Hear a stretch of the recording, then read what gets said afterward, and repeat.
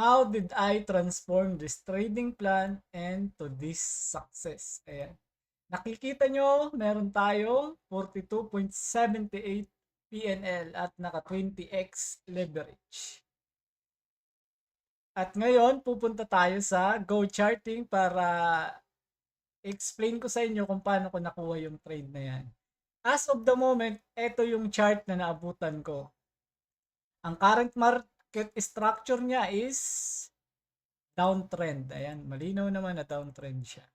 So if you would ask me bakit po nag-downtrend yung dogs? Kasi wala na pong buyer sa area na to. Ayan, strong support po yan and pagdating dito, kulang na po yung buying pressure. Ayan, wala na pong mga nakaposisyon dito na ganyan kasi kinuha na lahat dito.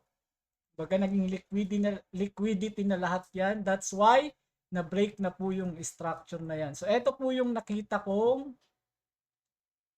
market structure. So I expecting the price na pag nagkaroon ng change of character dito, ayan nakita yun nalagyan ko na, magre-retrace siya ng ganyan. Hindi dito sa area na to kasi may nakita akong supply zone dyan at isa-zoom in natin yan sa 1 hour. Ayan. So ayan, meron na siyang confirm change of character. Ito. Para makita nyo. From this area, ayan, nagkaroon ng ganyan, pullback. Confirm pullback, ayan. So, meron na siyang change of character at clear naman siguro nalalagpasan yung price na yan. So, I am expecting the price na bumalik dito sa demand zone kasi hindi ko na naabutan tong current demand zone eh. Kung babalik pa tayo dito, ayan. Ayan. Kung babalik tayo dyan, dapat bumalik yung price sa ating demand zone. Ayan. And bumalik nga siya kasi hindi ko na yan naabutan eh. Ito na yung naabutan ko. Play natin. Yan na yung naabutan ko. So I am expecting the price na bumalik dito sa demand zone niya dahil dito sa break of structure. At dapat gumawa siya ng liquidity sa area na to. So ano pong ibig sabihin ng liquidity? Liquidity is just an order para tumaas o bumaba yung price. So ibig sabihin,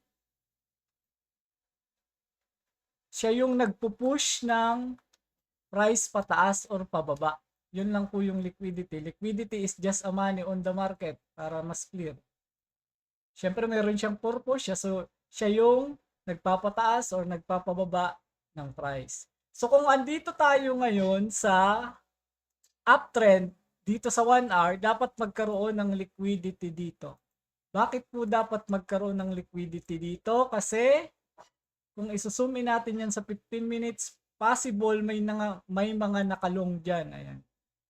May mga nakalong po dyan and take profit nila siguro hanggang dito, hindi natin alam, or dito sa area na yan. May mga nakalong position pa po dyan. That's why i-liquidate, magkakaroon muna ng liquidity sa area na yan para ma-push yung price higher according sa market structure. So I am expecting the price na bumagsak dito. Ayan, dito. Pwede dito sa demand zone. Ayan, dyan sa area na yan. Basta malagpasan tong area na to kasi gano'n naman yung gagawin ng mga market maker eh. Lalagpasan nila yung area na yan tapos gagawa ng market structure na ganito. Ayan, tapos magkakaroon ng change of character bago tumaas. So dito, nakita ko, nag-zoom in ulit ako sa 5 minutes, may nakita akong supply zone dito. Ito. Yun yung naabutan ko. May nakita akong supply zone dyan. And I am expecting na sana, kasi unmitigated pa yung area na yan, na sana meron pang mga naka-short position dyan. Meron pang naka dito para mahatak ulit yung price papunta sa demand zone siguro, ganyan. So I am expecting the price na meron pang mga naka-short position dito. Ilulong ko to dahil po sa current market structure which is uptrend na. Ito kung gagawa tayo ng trend line na yan.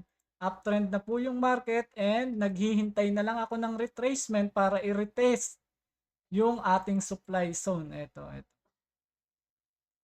Ayan. So, dapat magkaroon siya. Kaya ang aking point of interest expecting dito sa price nito. PUI, after magkaroon ng liquidity grab, dapat tataas siya. Magkaroon ng change of character. And after the change of character, saka lang po ako pwedeng pumasok sa market. Kasi yan po yung hinihintay kong confirmation. Ayan, after the change of character, pwedeng dito, depende sa gagawin ng market. Ayan. So, ito po ang aking trading plan. Ito. Ayan, ipi-play natin. And by the way, bago ko ipagpatuloy, isa pa sa aking basis ay ang ating FIB retracement. Ang ating FIB, FIB Bisaya ka man, ang ating FIB retracement. Ayan. So kung nakikita nyo, eksakto lang sa ating PUI at liquidity. Ito, 79%. Most of the time dyan ako nag-entry kasi yan yung pinakamalalim na pwedeng abutin ang retracement bago mag-pump ulit. Kasi syempre, alam naman natin yung rules. Lalagyan natin to ng gun chart. Ayan. Sakto lang din yan sa 0.75. Kita nyo, di ba?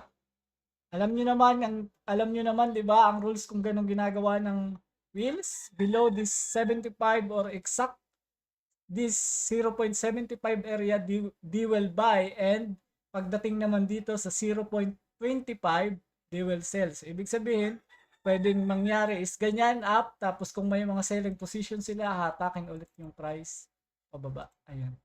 So, titingnan natin para kahit pa paano magkaroon din kayo ng idea sa Gantt chart. So, this is our fair value. Ito yung 0.5. Below this area is our discount and above this area is our premium. Saan po pwede mag-buy? Dito po sa discount at pwede mag-sell dito sa premium. So, titingnan natin. Ayan. Adjust lang natin to. Tanggalin tong FIT. Titingnan natin yung market kung papabor sa akin. Hintay lang muna tayo.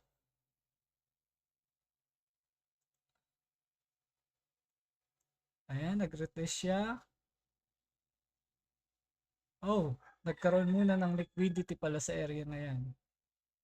So, I am expecting the price na bumagsak kasi nagkaroon na ng liquidity sa supply zone.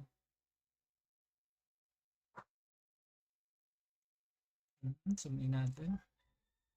So, hinihintay natin is 0.75. Dapat pumunta dyan yung price.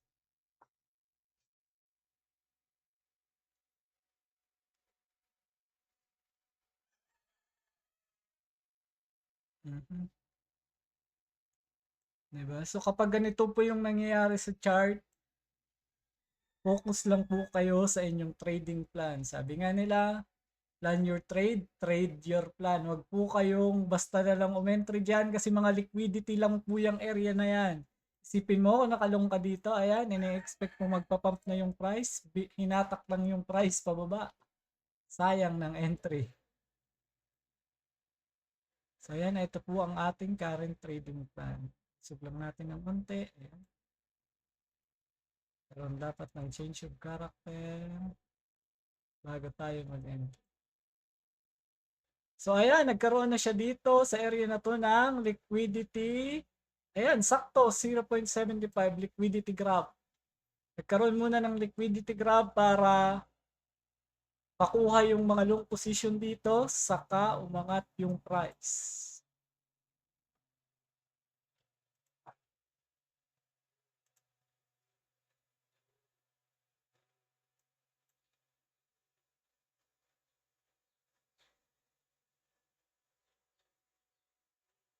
Ayan.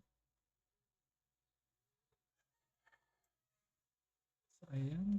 Kung lower time frame yung basis, meron na tayong change of character dito kaso nakatingin ata ako this time sa dito 15 minutes time frame. Kaya hinihintay ko sanang mabasag tong area na to. Ayan.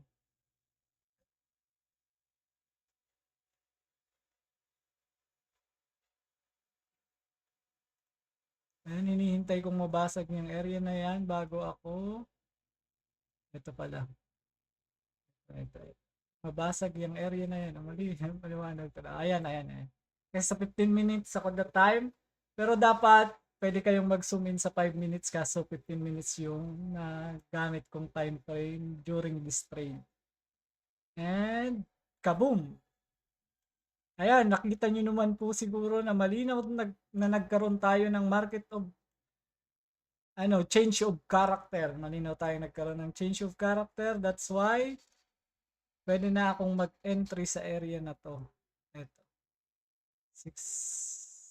0.68. Ayan, tapos PP. Ayan, tapos aking SL is below the 75. Yan po ang aking trading plan. Ayan.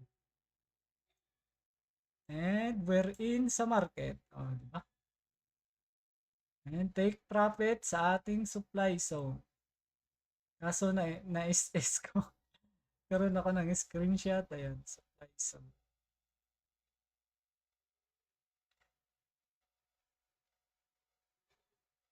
Kaso nagkaroon, ayun. Ayan, na-take profit na tayo. And as of the moment, meron pa pala silang mga sell position dito. Ibig sabihin, pwede pang bumaba yung price na to kasi nagkaroon pa ng liquidity grab dito. Ayan. Ito po.